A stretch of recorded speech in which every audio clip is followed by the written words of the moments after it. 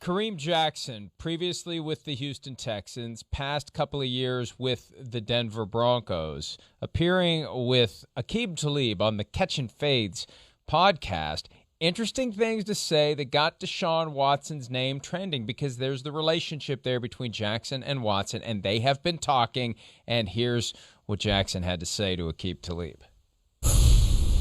I got a great relationship with Deshaun. I've been talking to him the last couple of weeks, man, and like all he's been telling me is like, look, Jack, just tell him like that's where I want to be. Like that's where I want to be. He like, man, listen, that's why I want to be in Denver. He's like, and like during the time while I was going through, my little free agency thing, and I end up signing back here. Before I signed, he called. He was like, "Man, are you gonna sign?" I was like, "I don't know. I ain't sure yet." He was like, "Well, let me know what you gonna do, whatever." And I signed back. He's like, "Listen, man, tell him that I want to be in Denver." This Deshaun Watson, situation has been hanging around since early January. More than 5 months later, this is the first time. It is. Correct me if I'm wrong. No, I know. You're right. First time we have any clear indication of what he wants by way of his next team. Yeah. There's been suggestions. There's been rumors. You hear Miami. You haven't heard where he doesn't want to go. You haven't heard where he does want to go. First time. Clarity. He wants to go to Denver. Yeah. I mean, it is. It's kind of cool to hear something like that publicly, and especially, it holds more merit when it's Kareem Jackson who played with him for a long period of time. Now, again, we don't know for sure. I mean, he could also be talking to somebody on the Miami Dolphins saying the same thing, and that guy just hasn't been interviewed on a podcast yet. Yeah, true. So there may be 5 different teams he's saying, that's where I want to be. That's where I want to be. That's where I want to be. Right. It's a very real possibility. At the very least, we know one thing. He doesn't want to be where he is right now. He wants out of Houston badly. And I think we both agree Denver was one of those teams I think we heard a lot early on in the process before all the crap hit the fan for Deshaun Watson. That, they were definitely involved in the Deshaun Watson talk and the sweepstakes and wanting him and everything like that. And, again, I know we've had these conversations, but I think we feel the same way about this. Denver's one of those teams like you just, you put a star next to. You go, watch out. Wait, offensive line got fixed. Wide receiving core, as dangerous as any in football. Of course, Vic Fangio and the defense was good. And now they got Kyle Fuller and Patrick Surtain. I mean, holy cow. I mean, they have a chance to be a really special defense. And if they got the quarterback situation figured out the right way, and I'm not saying Drew Lock or Teddy Bridgewater can't figure it out, but we know Watson can, that they could be a AFC legit contender with a guy like Watson at quarterback right away. Broncos, Dolphins, and Eagles, to me, are the 3 teams to watch the most closely whenever it is that the Texans are able to trade Watson and get real value. I continue to hear that teams are trying to generate something now, even with the baggage that goes along with the 22 lawsuits, because you could buy him at a lower price, get his contract far less than what it's going to be if those do get cleared away, and all of a sudden people are showing up with multiple first-round picks plus. And that's, I think, one of the reasons why the Texans are resisting, because they believe, they hope, they expect that at some point those cases get resolved and they get a lot more for Deshaun Watson. Right. And it's quiet again. It's quiet again, which when it's quiet as it relates to those lawsuits, that tells me there's a chance something could happen and the cases could get resolved. But when you look at the Broncos, the Dolphins, and the Eagles, Chris, those are teams that could trade for him now or next year. Yeah. It's not either or. No. You could absorb him right now, and it would change everything for that team for 2021, or you could see what you do with what you have this year and revisit it after the season. I don't see, except maybe Tua in Miami, I don't see any of the options with those 3 teams becoming so good this year that you would say, nah, we don't need Deshaun Watson in 2022. Yeah, agreed.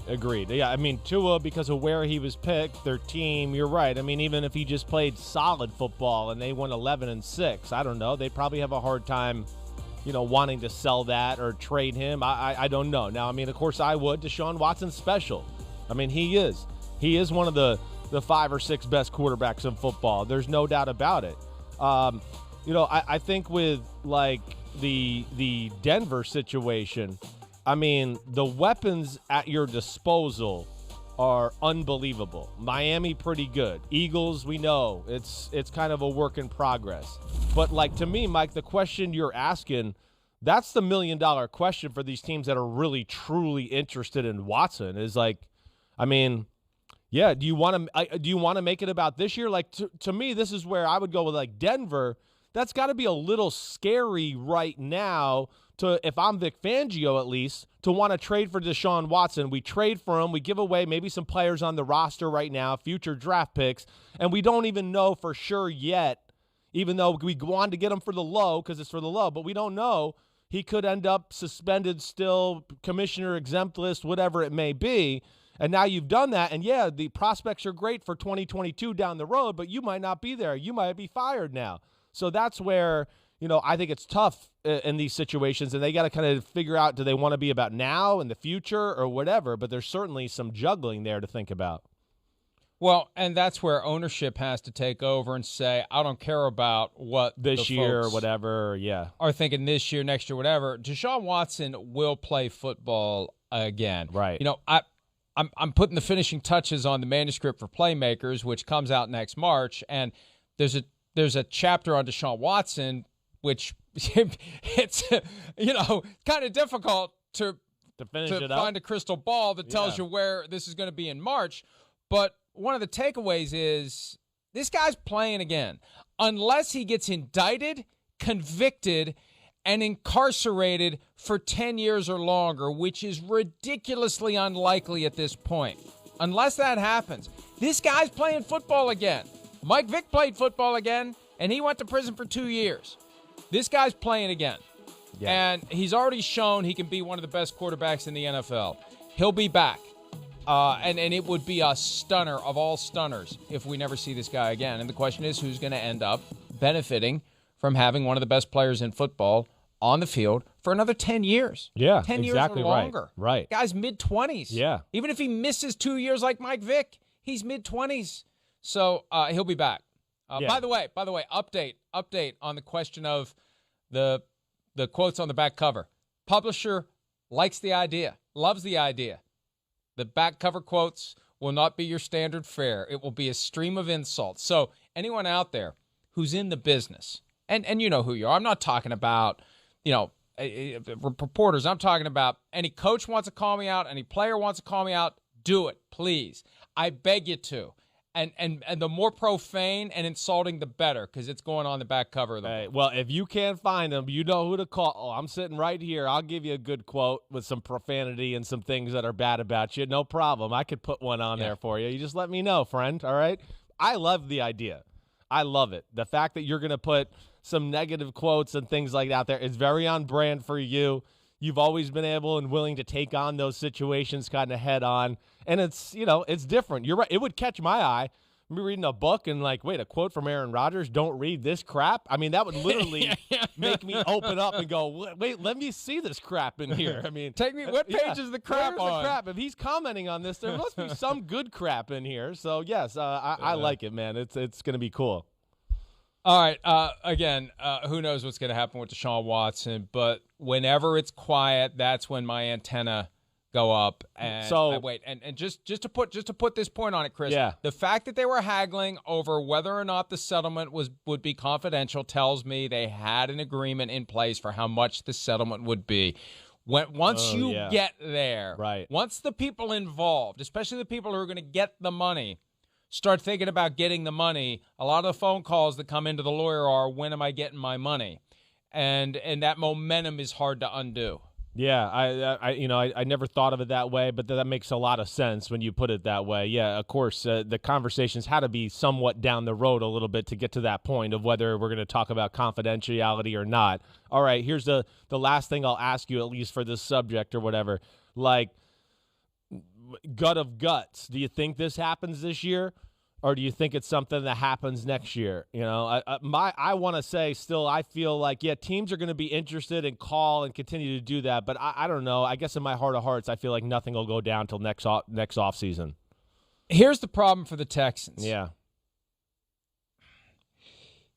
If they don't trade him by the time training camp starts, and we know how the NFL is when it comes to the possibility of paid leave, they say nothing. Now, and I don't get the impression they'll even tell people behind the scenes. Antonio Brown in 2019. Now, and maybe they wanted it that way. Maybe they wanted teams to not know what he was going to be able to do because that became a de facto unpaid suspension. Yeah, right. With the Texans, you're looking at the reality. He's going to show up. He's going to show up because he gets put on paid leave. Texans got to pay him $10 million. Texans got to ask themselves, at what point are we willing to take the $10 million gamble? What's it worth to us? And this is a team that once sent a second-round pick to the Browns to take $16 million off the books. So they understand the connection between cash value, cap space, and draft pick compensation. At some point, they've got to do their flow chart. They have to do their analysis from the standpoint of, we may have to pay this guy $10 million to not play for us this year. How does that affect our expectation of what we would take in a trade for someone else to take on the possibility of paying the guy $10 million to not play? We saw the Ravens this week. They're paying Juwan James $500,000 to rehab his Achilles with the possibility of him playing for them next year. How much would you pay? If you know the guy wants to play for you and will play for you in 2022, how much would you pay him to not play for you in 2021? Yeah. What would the Broncos pay $10 million? I would. To Deshaun Watson? Knowing that they'll get him next year? Right. I would think about it. I mean, yeah. It's okay. You've thrown your team into flux for a little bit of a year. Certainly, you hope you can fight and be respectable. But I think, like what you said a few minutes ago, is the point of the story. Like, yeah, okay, we lose a little this year, but we gain a whole lot for the next 10 years. And that's where, the Deshaun Watson thing is different than, Russell Wilson or Aaron Rodgers. Like, he is just starting the prime of his career.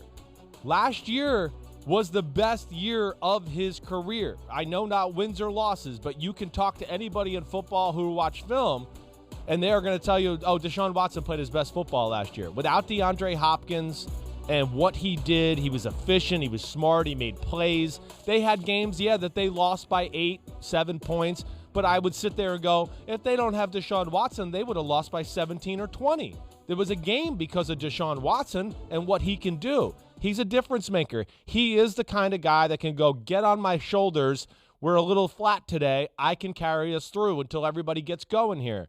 And there's only a few of them in football that can really do that. And it's so easy to justify. Any team that drafts a quarterback in round one and is thinking about sitting the guy for the whole year, how's this any different? He's sitting out a year. That's right. We're paying him to not play. Right. We regardless of when he'll be back or why he's out, we're paying him to not play. And by the way, you give up a first-round pick to get him, it's your 2022 first-round pick. That's right. He's going to play in 2022, all indications are. So I would not be surprised. The question is, what will the Texans take for him to get rid of this before the start of training camp? Right. Just to be done with it. Yeah. All it takes is Nick Caserio, Cal McNair, Jack Easterby, whoever's in charge down there, rolling out of bed one day and saying, fine. This is the offer the Broncos have had on the table. Now, we don't know what is or isn't out there. And, again, I'm hearing that the Texans just won't even engage. At some point, maybe they decide. You get away from mandatory minicamp in the offseason, you got that 4 or 5 weeks, you get a chance to let things settle down and think about what's to come. When you start thinking about what's to come and the possibility of paying the guy $10 million to not play for this year, knowing that you're not getting him in 2022, makes it easier to trade him to a team that'll pay him the $10 million potentially this year and realize that they will get him in 2022. One last point while I'm thinking of this. Yeah. You could set the compensation based upon whether or not he does play. You're exactly right. You're right. Right? Yeah. They get more. The Texans get more if it turns out that the cases are settled and he plays at least 8 games. Yeah, right. You get a second round instead of a third round or whatever. Yeah, exactly. Right. Yeah, I'm with you. You're right. That's definitely out on the table there with that situation to smooth it over. No doubt. All right, I got nothing else to say about it. You? I think it's something we need to pay attention to, especially as it's quiet. Quiet. I hear when you. the lawyers aren't sniping, maybe things are moving in the direction to get it resolved. Hi, I'm Mike Tirico, and thanks for watching. Make sure to hit subscribe for the latest news and highlights from NBC Sports.